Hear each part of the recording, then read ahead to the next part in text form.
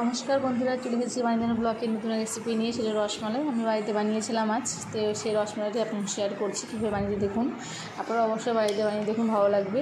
আপনাদের কাছে অনুরোধ রইল সম্পূর্ণ ভিডিও দেখার জন্য এবং লাইক শেয়ার কমেন্ট করার জন্য। অবশ্যই পাশে থাকুন। আপনাদের একটা লাইক বা কমেন্ট আমার কাছে অনেক উপকারের। তো প্রথমে আমাদের দুধ জাল দিয়েছিলাম, যে দুধটা ফেটে গেছে। তো ফেটে কী করবো, তাই ভাবলাম একটুখানি ছানা হয়েছে, শুধু একটু রসমালাই বানিয়ে নিই।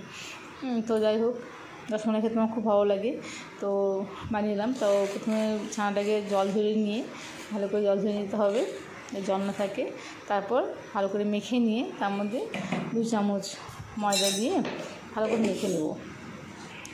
মেখে নেওয়ার পরে যাতে নরম একটা ডো তৈরি করে নিতে হবে।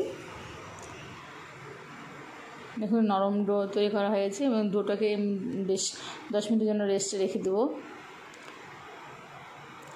তো আপনারা অবশ্যই বাড়িতে ট্রাই করে দেখুন, ভালো লাগবে।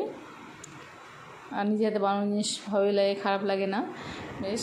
তো যাই হোক, তারপর 10 মিনিট পরে আমি সে ডো থেকে ছোটো ছোটো লিচির আকারের মতন, ছোটো ছোটো রসগোল্লার মতন করে নেব।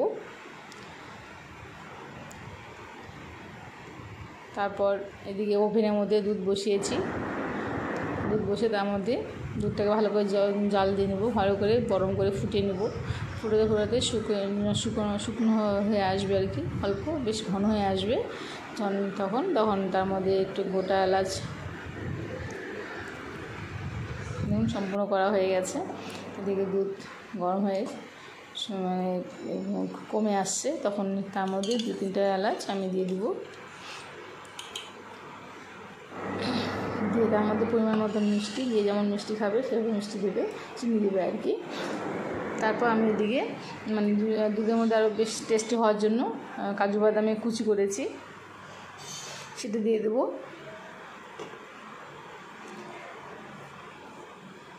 তারপর আমি আর কিছু নারকেলের কুচিও করেছি, নারকেলটাকে বেশ কুড়ে রেখেছিলাম, সে নারকেল কুড়ো দিয়ে দেবো। এই যে নারকেল কুড়ো, শুকনো নারকেলের কুড়ো দিয়ে দেবো, এটা জিনিস আরও টেস্টি হবে আর কি। তো দিয়ে দিলাম, দিয়ে ভালো করে এটাকে দুধটাকে আরও ভালো করে ফুটিয়ে নেব, ঘন ঘন করে নেব।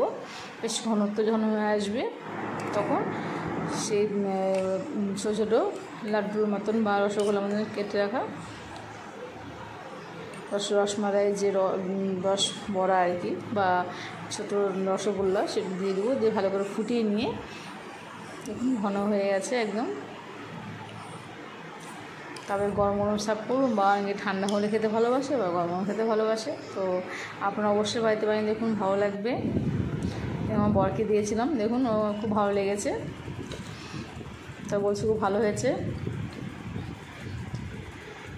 আপনারা অবশ্যই বাড়িতে বানিয়ে দেখুন, ভালো লাগবে।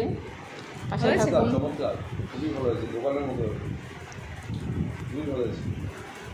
টাটা।